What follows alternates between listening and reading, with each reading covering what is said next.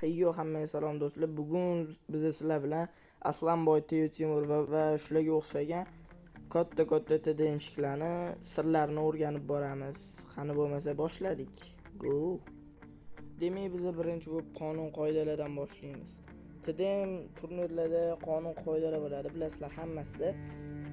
Qonun qoidalarini bilmagan odam по-любому yutqazadi. Даже shotlar yutgan bo'lsa ham minus skilllarni hisobiga yutqazadi. Demak, bizning birinchi qoidamiz pistoletlar haqida bo'ladi.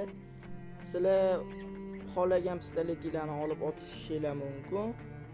Pistolet pravilada mumkin, lekin bitta o'sha abrez pistoletdan tashqari. Abrezni bilmaydiganlar uchun rasmini ham qo'yib qo'ydim. Bizda ikkinchi qoida patkat mumkin emas, chunki M416 qurolida chiqqan patkat bilan o'ynamaydi. Patkat bilan M24 turnirlarda o'ynashlar bo'ladi. U ham ba'zi bir turnirlarda mumkin bo'ladi, ba'zi birlarda mumkin emas bo'ladi. Uchinchi qonun qoidamizda uchli branjilet va uchli kaskani olish mumkin emas.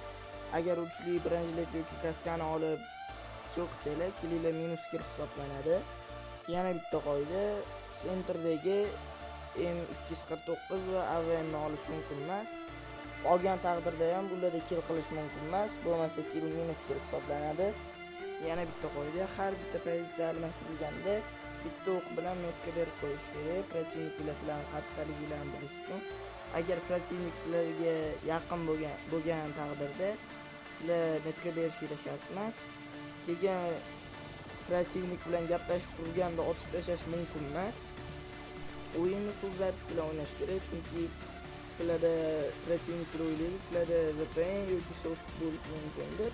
Sizlar buni isbotlab berish uchun Play Market yoki App Store'ga ko'rsatishingiz kerak. Men App Store ko'rsatishim, Play Market ko'rsatishim hozir o'rgataman. Ungacha sizlar like bosib qo'yinglar. Play Marketga kiramiz, o'ng taraf tepada akkauntingiz turadi.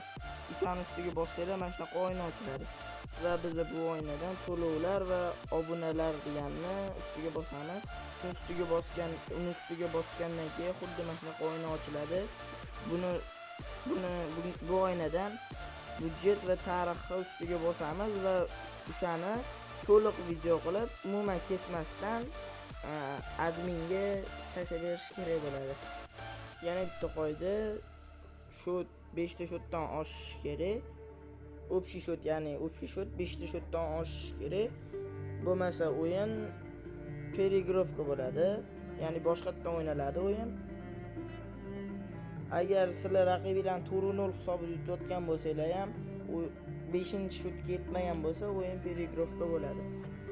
Qoidalar bilan shunaqa qilib tugatdik. Endi trenirovka qilish haqida. Xullas bilsanglar, PUBG da mashq maydoni bor. Shu yerga kirib olib, manekenlarni qimirlaydigan qilib olib, yarim soat, 1 soat trenirovka qilish har kun talab etiladi. Undan keyin TDM turnir o'ynaylar. TDM turnir topolmayapsizlarmi? Mana meni Telegram kanalim bor. Bolalar ko'rib turibsizlar, ekraningizda meni TDM turnir o'tkaziladigan kanalim. Yangi ochganman, obuna bo'lib qo'yinglar. Har kuni xudo xolasa har bitta TDM turnirdan keyin riski TDM turnirlar bo'laveradi. Slotlar pulli, slotlarni 90% sizlarga, ya'ni slotlarni 90% prizovый summa bo'ladi. 10% ni o'zim ushlab qolaman bo'ldi. Eng muhimi ishonchli. Prosta sizlar kirib qatnashinglar, o'zingizlarga o'q bo'ladi bu birinchidan. Ikkinchidan, mabodo yutadigan bo'lsanglar, pul ishlab olasizlar. Hozir yangi TDM turnir boshlandi. Slot 10 ming so'm, 8 ta odam qatnashadi. Prizovый summa 70 ming so'm. Kiringlar, qatnashinglar, omad tilayman hammaga. Rahbarlar ham qo'shilsa bo'ladi. Xullas, men sizlarga hamma narsani o'rgatdim deb o'ylayman. Videoning ikkinchi qismi chiqishi uchun 100 ta dona like yig'ib bersanglar bo'ldi. Hammaga xayr. Bugun sizlar bilan qisqa vaqt ichida mo'rgurt bo'ldi. Like bosib, obuna bo'lib qo'yish esingizdan chiqmasin.